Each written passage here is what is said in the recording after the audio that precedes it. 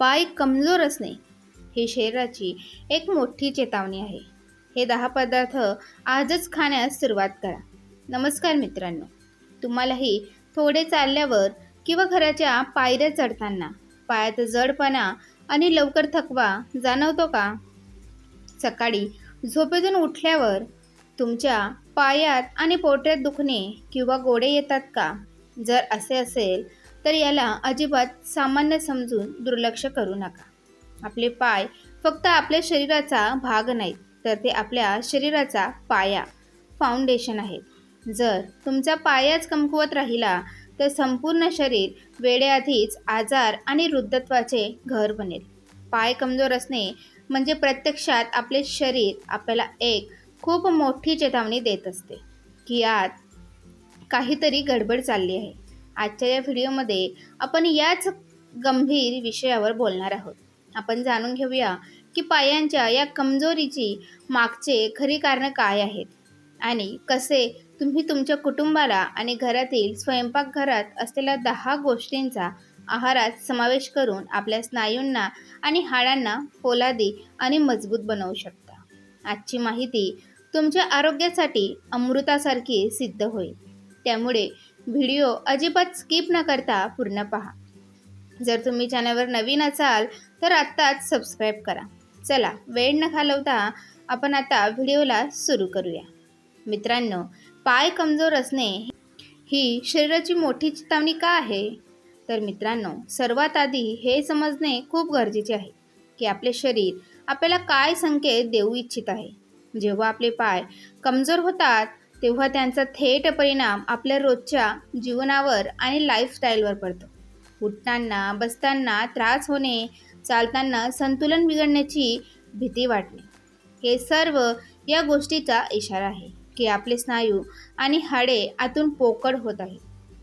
अनेकदा लोक याला फक्त वाढत्या वयाचा परिणाम मानतात, पण आजकाल कमी वयाच्या तरुणांमध्येही ही समस्या वेगाने दिसत आहे. जर वेळेत ही चेतावणी समजली नाही तर पुढे चालून सांधेदुखी, सांधिवात, नसा ब्लॉक होणे आणि कायमस्वरूपी कमजोरी यासारख्या मोठ्या अडचणी निर्माण होऊ शकतात. पण घाबरण्याची काही गरज नाही, कारण योग्य पोषण आणि आयुर्वेदाच्या नियमांचे पालन करून ही कमजोरी मुळापासून नष्ट केली जाऊ शकते. तर मित्रांनो, पायांना मजबूत बनवणारे 10 मुख्य आहार. चला आता बोलूया त्या 10 जादुई आणि पौष्टिक गोष्टींबद्दल, ज्यांचा आजपासूनच तुम्ही आपल्या आहारामध्ये नक्की समावेश केला पाहिजे. पहिले आहे दूध. हाडे आणि स्नायूंच्या मजबूतीचे नाव घेतात सर्वात पहिले दूध येते. दूध कॅल्शियम, प्रथिने आणि व्हिटॅमिन डी एक संपूर्ण आणि उत्तम स्रोत आहे. दररोज रात्री झोपण्यापूर्वी 1 ग्लास कोमट दूध प्यायल्याने पायांच्या हाडांची घनता वाढते आणि रात्री होणाऱ्या पायांच्या गोड्यापासूनही आराम मिळतो. दुसरे आहे अक्रोड. अक्रोडमध्ये भरपूर प्रमाणात ओमेगा 3 फॅटी ॲसिड्स असतात. प्रथिने आणि मॅग्नेशियमही आढळतात. हे आपल्या सांध्यांमध्ये वंगण ग्रीस टिकवून ठेवण्यास मदत करते. दररोज सकाळी रिकाम्या पोटी 2 भिजवलेले अक्रोड खाल्ल्याने पायांच्या सांध्यातील वेदना दूर होतात आणि शारीरिक क्षमता देखील वाढते. तिसरे आहे डाळी. आपल्या स्नायूंना ताकद देण्यासाठी सर्वात जास्त गरज प्रथिनांची असते. म्हणजे मूग, मसूर, उडीद आणि तूर यासारख्या डाळी प्रथिनांचा पॉवर हाऊस आहेत. आपल्या दुपारच्या जेवणात एक मोठी वाटी डाळ नक्की समाविष्ट करा. हे स्नायूंची झीज भरून काढण्यासाठी खूप प्रभावी आहे आणि त्यांना पोलादी देखील बनवते. चौथे आहे भिजवलेला हरभरा. हरभऱ्याला गरिबांचा बदाम म्हटले जाते. भिजवलेल्या हरभऱ्यात भरपूर प्रमाणात लोह, प्रथिने आणि फायबर असते. दररोज सकाळी 1 मूठ भिजवलेले हरभरे चावून खाल्ल्याने शरीराला त्वरित आणि दीर्घकाळ टिकणारी ऊर्जा मिळते, ज्यामुळे पायांचा सुन्नपणा आणि कमजोरी गायब होऊन जाते. पाचवे आहे केळी. केळी हे पोटॅशियमचा सर्वात उत्तम आणि सुलभ स्रोत आहे. अनेकदा शरीरात पोटॅशियमच्या कमतरतेमुळे पायांच्या नसांमध्ये ताण आणि गंभीर गोळे क्रॅम्प्स येऊ लागतात. दिवसातून 1 किंवा 2 केळी खाल्ल्याने स्नायूंची कार्यप्रणाली सुधारते आणि थकवा त्वरित मिटतो. 6वे आणि पनीर प्रथिने आणि कॅल्शियमचा एक आणखी उत्तम मार्ग आहे. हे आपल्या शरीराला हळूहळू ऊर्जा आणि पोषण प्रदान करते. जर तुम्ही शाकाहारी असाल तर आपल्या आहारात 50 ते 100 ग्रॅम कच्चे पनीर नक्की समाविष्ट करा. हे हाडे आणि गुडघ्याला दीर्घकाळ वृद्ध होऊ देत नाही. 7वे आहे बदाम. बदामात हेल्दी फॅट्स, व्हिटॅमिन ई आणि प्रथिने भरपूर प्रमाणात भरलेले असतात. हे केवळ बुद्धीला तल्लख करत नाही तर शरीरातील अंतर्गत कमजोरीसुद्धा बाहेर काढून टाकते. रात्री 5 ते 6 बदाम भिजवून ठेवा आणि सकाळी त्याची साल काढून सेवन करा. 8वे आहे पालक. पायातील कमजोरी आणि जडपणाचे एक मोठे कारण शरीरातील रक्ताची कमतरता म्हणजे ॲनिमिया, रक्तक्षय हे देखील असते. पालकमध्ये भरपूर प्रमाणात लोह आणि फॉलिक ॲसिड असते, जे शरीरातील हिमोग्लोबिनची पातळी वेगाने वाढवते. जेव्हा स्नायूंना योग्य प्रमाणात ऑक्सिजन पोहोचतो तेव्हा पाय आपोआप ऊर्जावान वाटतात.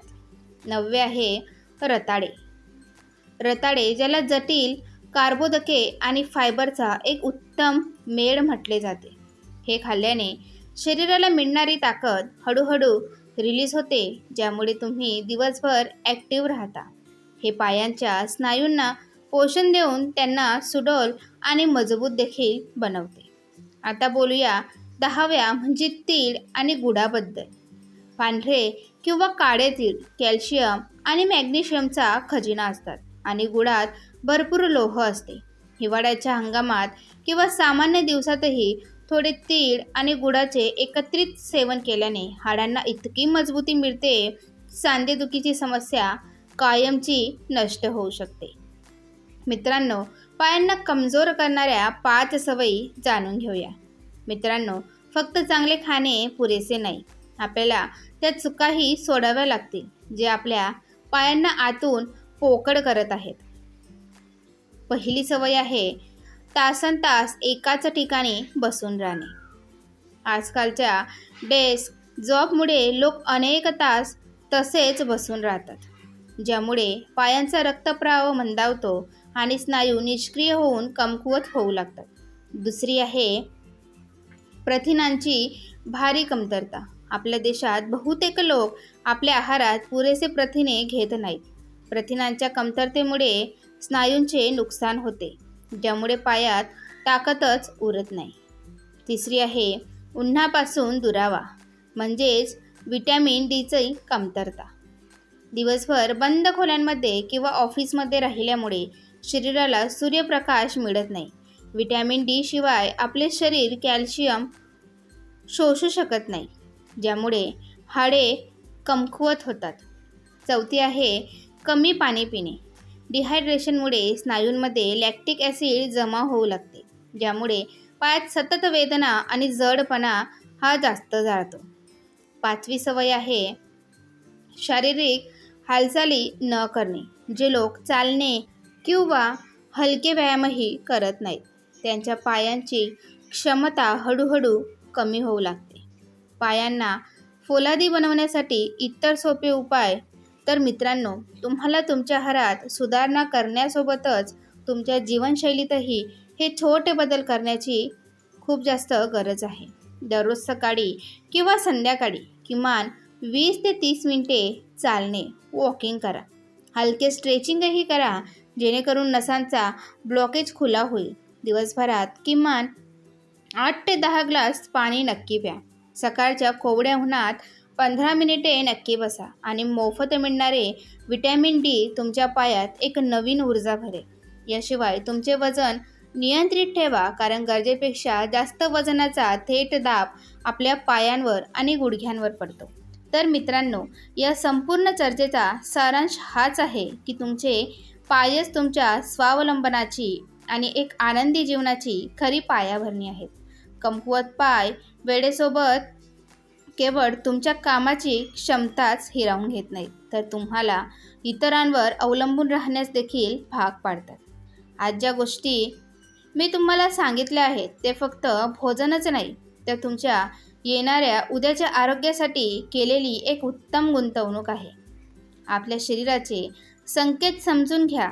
जर या सर्व नंतरही पायांची कमजोरी, सुन्नपणा किंवा वेदना सतत जाणवत असेल, तर एखाद्या चांगल्या डॉक्टरांचा सल्ला घेण्यास अजिबात संकोच करू नका.